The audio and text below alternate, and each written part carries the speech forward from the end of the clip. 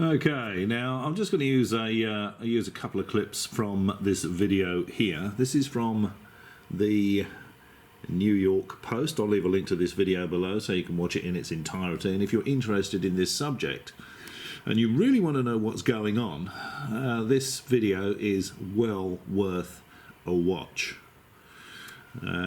Because this shows you exactly how much credibility you should assign to any of this stuff, this UFO ET nonsense.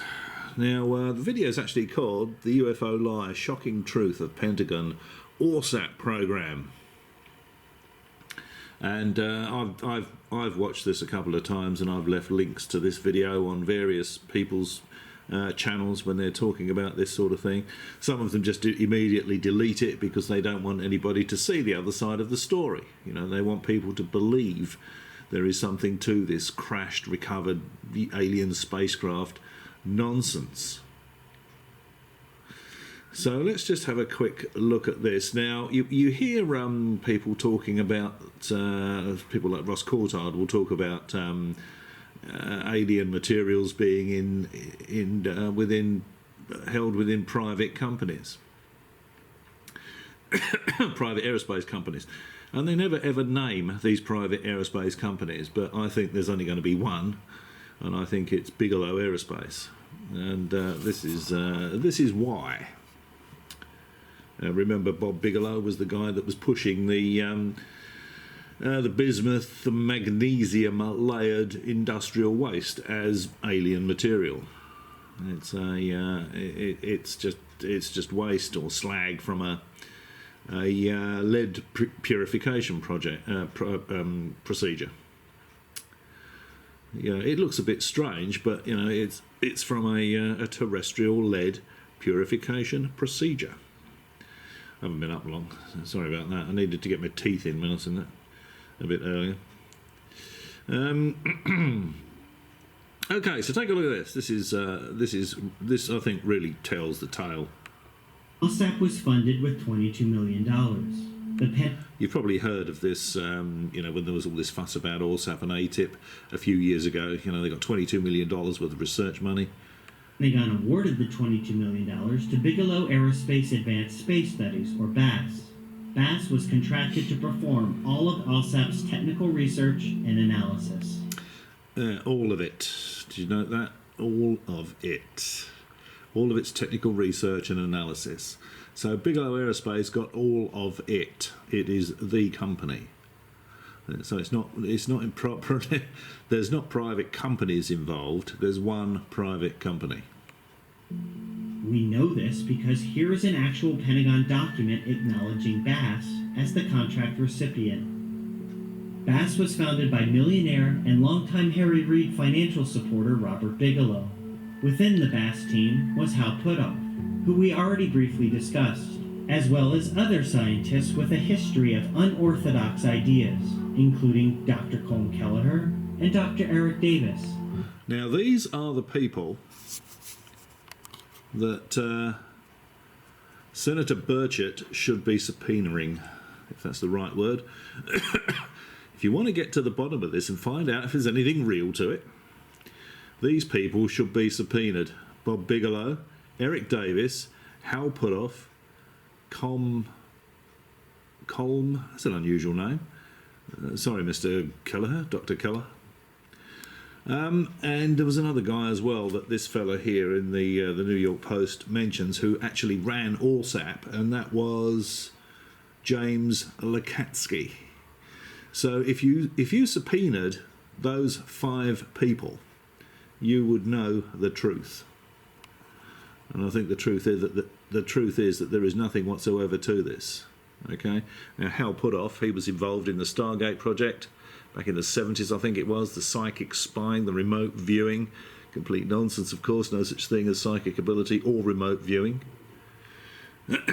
Bob Bigelow, peddling the industrial waste as ET material. Slag from a lead purification process, layered bismuth and magnesium. And we're going to find out that Eric Davis here has some unusual interests and beliefs as well.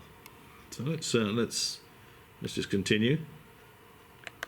An astrophysicist who's written papers discussing psychic teleportation, Psychic teleportation, really? time travel through Stargate wormholes, and bending spoons with your mind. Now, bending spoon. So Eric Davis is very much on the same page as Hal Puthoff, because the Stargate project, the psychic spies, they used to do all that bending spoons with their minds, or so they'd have us believe. I've never heard of this Colm Kelleher, and I don't quite know what he's been up to, but certainly, you know, if this is the team, this is the team that should be subpoenaed to get to the bottom of this. Bass hired a team of 50 people, and then the work on OSAP began. On the surface, OSAP appeared. Yeah, okay. So those people that we just saw there were the key people involved. And I think these are the people that have been telling anyone that will listen, anyone that will lap this bloody rubbish up, people like Ross Coulthard, that they've got all this stuff, and there's an alien spacecraft crash retrieval program, and that they're analysing it, and they've got bodies, and they've got all this material. So let's get those four or five guys. I don't know if apparently James Lakatsky's got a book, but it's all about the Skinwalker Ranch, which is apparently what ORSAP was all about, really.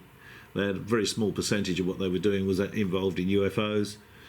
But if you get all of those people, you know, subpoenaed in front of Congress and say, okay, where's your tangible evidence to support all this nonsense? This is what you told. This is what you told so-and-so, so-and-so. You know, get Grush subpoenaed in there as well. So a list of names.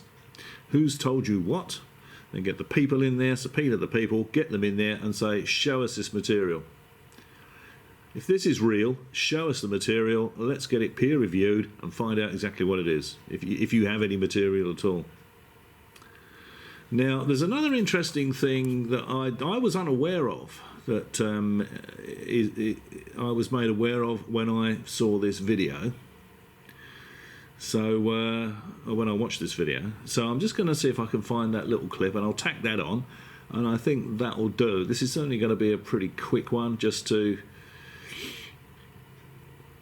identify really what Congress, what I think Congress should be doing. If they really seriously want to get to the bottom of this, get the subpoenas out, get that list of people subpoenaed, get them in there, and say, okay, this is real, where is it? All right, now let's just, I'll just show you something interesting that I found out about our old mate Lou Elizondo. Okay, this is from the same video, and this is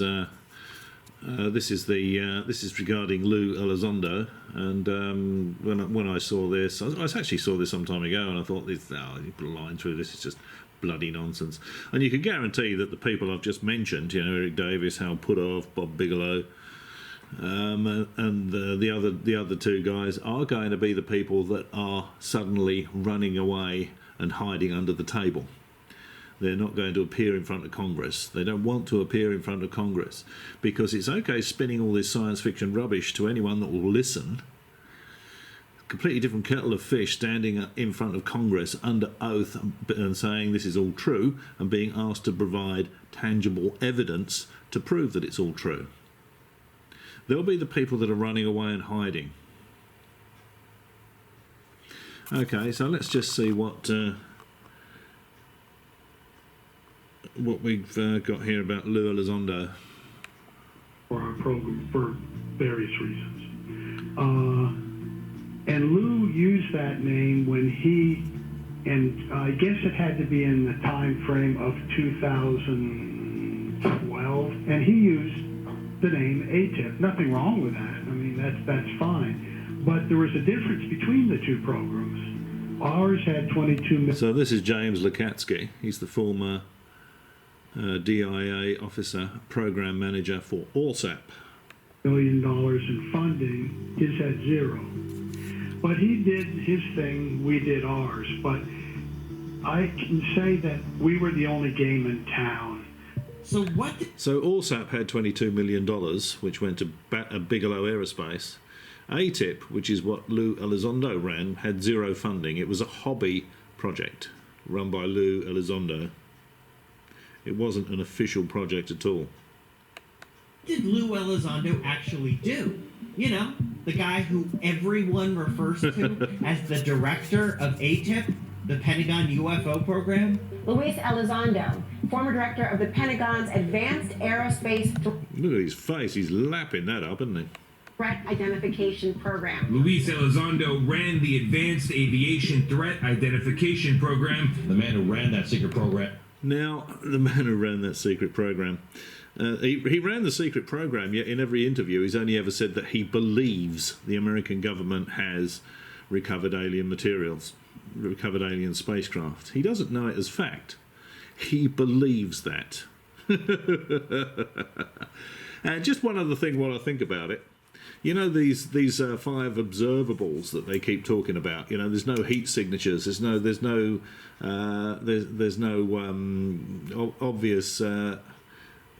obvious signs of propulsion. Well, this is one of the clips that was released in 2017.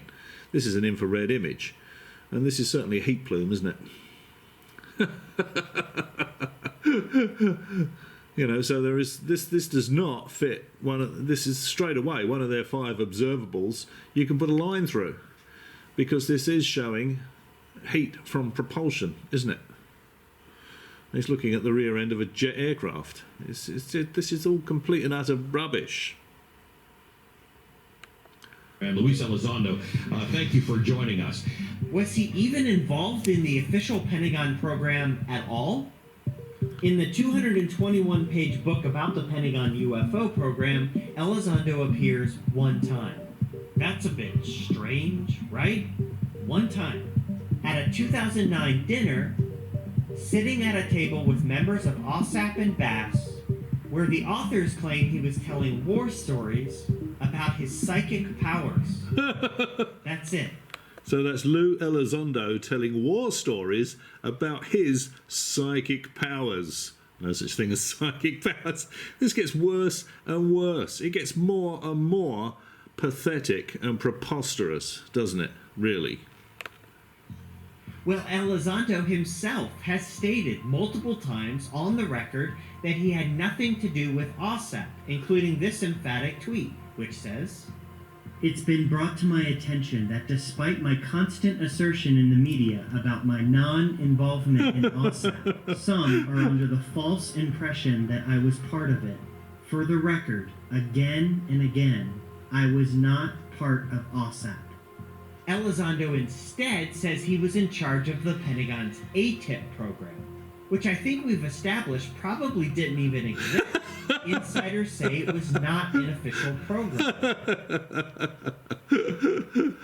Completely separate small initiative, and it was unfunded. A completely separate small initiative. A small unofficial effort. Not a program as the P and A. A small unofficial effort. So it was Lou Elizondo's hobby project, if you like. So Lou Elizondo was sitting around with Hal Puthoff and Bob Bigelow and those sort of people, and he was telling people about his war. He's telling people about war stories, his war stories, and his psychic abilities and his remote viewing abilities. Did he actually mention the remote viewing there? I think he does somewhere in this video, because that made my ears prick up straight away. So you've got all these people that really, this is just science fiction nonsense, isn't it? I mean, as soon as they start talking about psychic ability and remote viewing, you can... I'll tell you what, if you watch this, Lou, remote view my house. Just leave in the comments below a detailed description of the interior of my house. How many rooms, how many floors, what colours are where, and you know, the sort of thing you can see when you look around. I'd love to see that. That's an open invitation for any remote viewer, by the way. No one's ever taken me up on it. Okay, so was there anything else? Was there anything else? No, this is just a very quick video, and you know, as this is sort of coming to a bit of a it's coming to a bit of it looks like it's coming to a bit of a conclusion with these, you know, the Congress is saying, is there anything to any of this bloody rubbish? Let's find out. Let's release everybody from their special access program, security, get them in here, get them under oath, and ask them some questions. But, you know, if all they're going to be doing is interviewing the witnesses we've seen so far, it's going to be a complete waste of time. The people they need to get in front of them are the people in this video. Maybe not this guy, of course. He's the investigative journalist. But you know, the names that I mentioned earlier on. So Eric Davis, Hal Puthoff, Bob Bigelow, James Lacatski, and Colm Kelleher. They're the key people in this. Get them subpoenaed, get them in front of Congress, and say, if this is real, show us some tangible evidence, make it available for peer review. As for my personal opinion of all this lot, I'll leave you now, and I'll just add a little clip that I think sums all this stuff up.